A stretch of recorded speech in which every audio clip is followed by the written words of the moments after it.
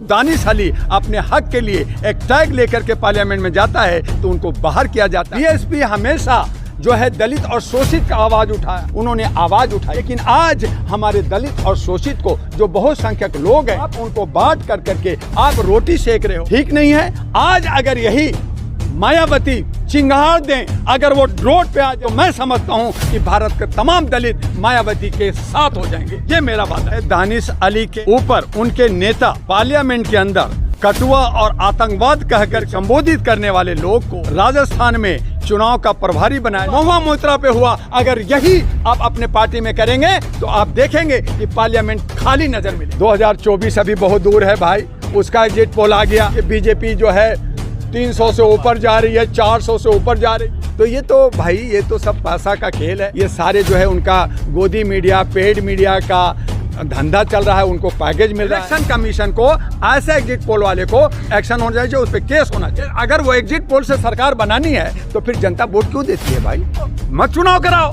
और फिर मुझे ये बताएं, इलेक्शन कमीशन 19 लाख जो ईवीएम मशीन गायब है वो कहाँ है, किसके पास है, उसका क्या यूज हो रहा है? आप कह रहे कांग्रेस की सरकार बन गई, कहीं नहीं बनी कांग्रेस का सरकार। तेलंगाना में कहाँ बनी जर्नलिस्ट महोदय? वो तो कांग्रेस का सरकार खाली एक चेहरा दिखाने के लिए, देखो 3 ले लिया है, एक मैं वो भी ले लिया, तो वो कांग्रेस का खाली नाम ठप्पा पड़ गया। लेकिन चीफ मिनिस्टर कौन?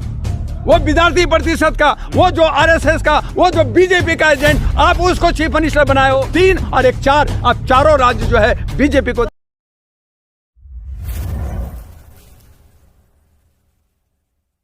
निष्कासित कर दिया है। उन्होंने कहा है कि जो कांग्रेस से उनकी नजदीकी बहुत बढ़ रही थी, इस वजह से क्या किया? हमारे जो वर्तमान सरकार है वो मनुवादी तानाशाही सरकार है। वो हर तरह से वो ये समझ बैठी है कि मैं हमेशा के लिए आजीवन मरते दम तक राज करूंगा और जो मैं चाहूँगा वही करूंगा। वो जो है दानिश अली के ऊपर उनके नेता पार्लियामेंट के अंदर कटुआ और आतंकवाद कहकर करके संबोधित करने वाले लोग को राजस्थान में चुनाव का प्रभारी बनाया जाता है और वो दानिश अली अपने हक के लिए एक टैग लेकर के पार्लियामेंट में जाता है तो उनको बाहर किया जाता है। ये सामंतवादी और मनुवादी और ये एकाधिकार हिटलरवादी का धोतक हमें तो दिखता है। बीएसपी तो मनुवाद के खिलाफ है ना। देखिए, बीएसपी पार्टी हो या बीजेपी पार्टी हो या कांग्रेस पार्टी हो, हर एक का अपना आचार और विचार होता है, उसका एम्स एंड ऑब्जेक्ट्स होता है। बीएसपी हमेशा जो है दलित और शोषित का आवाज़ उठाया। हम मायावती के हम अब कोई लगते नहीं हैं, लेकिन मायावती कभी मंदिर और मस्जिद में गई क्या? उन्होंने आवाज़ उठाई। आपने कहा एक मिश्रा जी को भी बाहर कर दिया गया, लेकिन आज हमारे दलित और शोषित को जो बहुसंख्यक लोग हैं आप उनको बांट कर करके आप रोटी सेक रहे हो और हमें टुकड़े टुकड़े गैंग कह रहे हो और हम लोग एकत्रित नहीं हो रहे हैं, असंगठित हमें कहा जा रहा है, हमें जो है वंचित कहा जा रहा है। तो ये ठीक नहीं है। आज अगर यही मायावती चिंगार दें, अगर वो रोड पे आ जाएं, अगर वो चटाई पे आ जाएं, तो मैं समझता हूं कि भारत के तमाम दलित मायावती के साथ हो जाएंगे, ये मेरा वादा है। लेकिन जिस तरीके से अभी चुनावी नतीजे आए, क्या समझते हैं किस तरह एग्जिट पोल दिखा देखिए, रहे थे? चुनाव नतीजे में एग्जिट पोल 2024 अभी बहुत दूर है भाई, उसका एग्जिट पोल आ गया कि बीजेपी जो है 300 से ऊपर जा रही है, 400 से ऊपर जा रही है। तो ये तो भाई ये तो सब पैसा का खेल है। ये सारे जो है उनका गोदी मीडिया, पेड मीडिया का धंधा चल रहा है, उनको पैकेज मिल रहा है, तो वो तो करेंगे। लेकिन जनता, मेरे बात सुनिए, हमें तो एक ऐसा अभियान छेड़ना पड़ेगा कि इलेक्शन कमीशन जो है चोर है, हमें इस तरह का आंदोलन छेड़ना पड़ेगा। इलेक्शन कमीशन को ऐसे एग्जिट पोल वाले को एक्शन होना चाहिए, उस पर केस होना चाहिए। वो इस तरह के कैसे दे सकते हैं? यार अगर वो एग्जिट पोल से सरकार बनानी है तो फिर जनता वोट क्यों देती है भाई? मत दो, मत चुनाव कराओ। और फिर मुझे ये बताएं, इलेक्शन कमीशन मुझे ये बताएं, ओपोजिशन पार्टी के 19 लाख जो ईवीएम मशीन गायब है वो कहाँ है, किसके पास है, उसका क्या यूज हो रहा है, क्या हो रहा है यूज? कोई नहीं बताने के लिए तैयार है।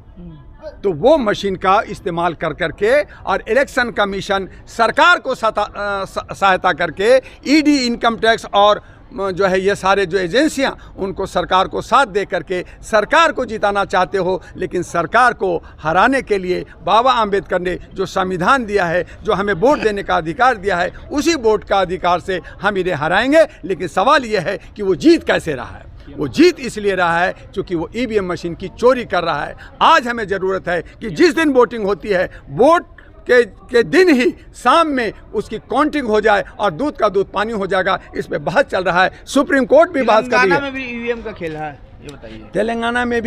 तेलंगाना में भैया ईवीएम का खेल नहीं है, लेकिन कांग्रेस की सरकार बनी ना वहाँ पर। कहाँ बनी? तेलंगाना में कहाँ बनी जर्नलिस्ट महोदय? वो तो कांग्रेस का सरकार खाली एक चेहरा दिखाने के लिए, देखो 3 ले लिया है, एक मैं वो भी ले लिया, तो वो कांग्रेस का खाली नाम ठप्पा पड़ गया। लेकिन चीफ मिनिस्टर कौन? वो विद्यार्थी प्रतिशत का, वो जो आरएसएस का, वो जो बीजेपी का एजेंट, आप उसको चीफ मिनिस्टर बनाए हो। तो 3 और 1 4, आप चारों राज्य जो है बीजेपी को दे दिया। आप कह रहे हो कांग्रेस की सरकार बन गई? कहीं नहीं बनी कांग्रेस का सरकार। एक जो है जो हमारे क्षेत्रीय पार्टी, जहां पे आप कोई भी पार्टी नहीं गए, क्योंकि आपको शर्म था कि मैं 6 महीने से जो महिलाओं को रेप कर रहा हूं और मणिपुर में आग लगा रहा हूं, मैं किस मुंह से नॉर्थ ईस्ट में जाऊंगा? वहां नहीं गए तो क्षेत्रीय पार्टी जीती। लेकिन कांग्रेस तो आरएसएस विरोधी है ना। कांग्रेस में न 85% सारे आरएसएस के लोग, दलाल जयचंद लोग घुसे हुए हैं। और एक राहुल गांधी के 400 किलोमीटर चलने से खाली वो पप्पू से चप्पू तो अब हो गए, थोड़ा सा मान सम्मान मिल गया, हम लोग लीडर मान लिए। लेकिन उनके जो सलाहकार हैं, उनके आसपास में जो घिरे हुए लोग हैं, वो तमाम लोग मनुवादी और समाजवादी लोग हैं, ब्राह्मणवादी हैं। और ऐसे पप्पू निकल जाएगा। अब तो पप्पू जी को भी अरेस्ट करने की तैयारी चल रही है। आप तो सपोर्ट करते थे। मैं तो सभी को मैं कहता हूं कि मैं अगर जो देश हित में काम करेगा, जो राष्ट्र के लिए काम करेगा, जो असंगठित को संगठित करेगा, जो हमारे संविधान का आदर करेगा, हम उसके साथ हैं। अगर मैं बीजेपी का लगातार जनवरी से विरोध कर रहा हूं, लेकिन अगर बीजेपी हमारे जो वादा करती है उसको एफिडेविट दे, शपथ भरे और कहे कि अगर मैं वादा पूरा नहीं करूंगा तो मेरा जो चल अचल संपत्ति जब्त हो जाएगी और मेरा आजीवन, मेरा जो है चुनाव से और जो है सदस्यता खत्म हो जाएगी। जैसे कोयला मुत्रा को खत्म कर दिया, जैसे संजय जी को खत्म कर दिया, अपने पार्टी के अंदर खत्म करने की ताकत रखो। मैं बीजेपी का जय हो करूंगा, लेकिन वो नहीं कर सकते, कांग्रेस भी यही नहीं कर रहे, तो हम किसके साथ जाएं? इसीलिए कहा कि ना मुझे एनडीए चाहिए, ना मुझे इंडिया चाहिए, मुझे सकारात्मक विकल्प चाहिए। बाल आचार्य ने कहा कि राजस्थान के हवा महल के है वो, उन्होंने कहा कि जितने भी मीट की दुकान है बंद होनी चाहिए, ये कराची नहीं है। ये नफरत की राजनीतिक है। ये जो है, चूंकि हमारे योगी जी उत्तर प्रदेश में किया, तो वही राजस्थान में ये बाबा नाथ करना चाहते हैं उनके साथ। तो ये जो नफरत की राजनीतिक, आप सेकुलर देश को ख़त्म कर करके कुछ लोगों को, हमारे ही जो बहुसंख्यक लोग हैं, जिनको टुकड़े टुकड़े गैंग कह रहे हैं, जिनको आप लॉलीपॉप दे रहे हैं, जिनको आप हिंदू राष्ट्र की बात को लुभावना देख रहे हैं, जिनको आप 22 जनवरी को आप जो है कलश लेके ढुलाएंगे और जय श्री राम कहलाएंगे, यही हमारे बहुसंख्यक करेंगे, यही बेवकूफ़ लोग करेंगे, यही घंटा बजाएंगे। तब मैंने कहा कि असंगठित लोग अगर संगठित नहीं होंगे तो तुम्हारे साथ ये जुल्म होगा। राजस्थान में ये जो आप भाई कह रहे हैं कि इस तरह की नफरत और इस तरह से हिंदू मुस्लिम में लड़ाई होगी, उत्तर प्रदेश में और कमोबेश भारत के अंदर गृह युद्ध का ये नज़ारा लाना चाहते हैं। और ये चाहते हैं कि देश का 150 करोड़ 100 करोड़ ख़त्म हो जाए, 50 करोड़ पे मैं राज करूंगा, मैं राजा रहूंगा। तो ये मंसूबा पूरा नहीं होगा, जनता समझती है। और रोड पे सारे नेताओं को ला के खींच के एक दिन जनता जरूर मारेगी। टीएमसी की सांसद को निलंबित कर दिया गया, क्या कहना चाहेंगे? मुझे एक बात बताइए, कभी संजय सिंह को आप निलंबित करते हो, फिर जेल भेज देते हो, कोयला मित्रा को कर देते हो, तो आपके पार्टी में क्या सब लोग दूध के धुले हैं? आप उनको निलंबित क्यों नहीं कर रहे? मैं पूछना चाहता हूं सत्ता पद से, मैं पूछना चाहता हूं आदरणीय माननीय सामान्य मोदी जी को, आप अगर भ्रष्टाचार के खिलाफ हो, आप कहते हो मैं भ्रष्टाचार को खत्म कर दूंगा, तो आपके नेता पे 123 या बाबाओं पे केस बलात्कार का चल रहा है। आपके बहुत सारे नेताएं जो है भ्रष्ट और करप्ट है। आपके नेता लोग आय से अधिक रखे हैं। आज अगर वो इस तरह का जो कोयला मोइत्रा या जो हमारे जो है ये संजय सिंह पे हुआ, महुआ मोइत्रा पे हुआ, अगर यही आप अपने पार्टी में करेंगे तो आप देखेंगे कि पार्लियामेंट खाली नजर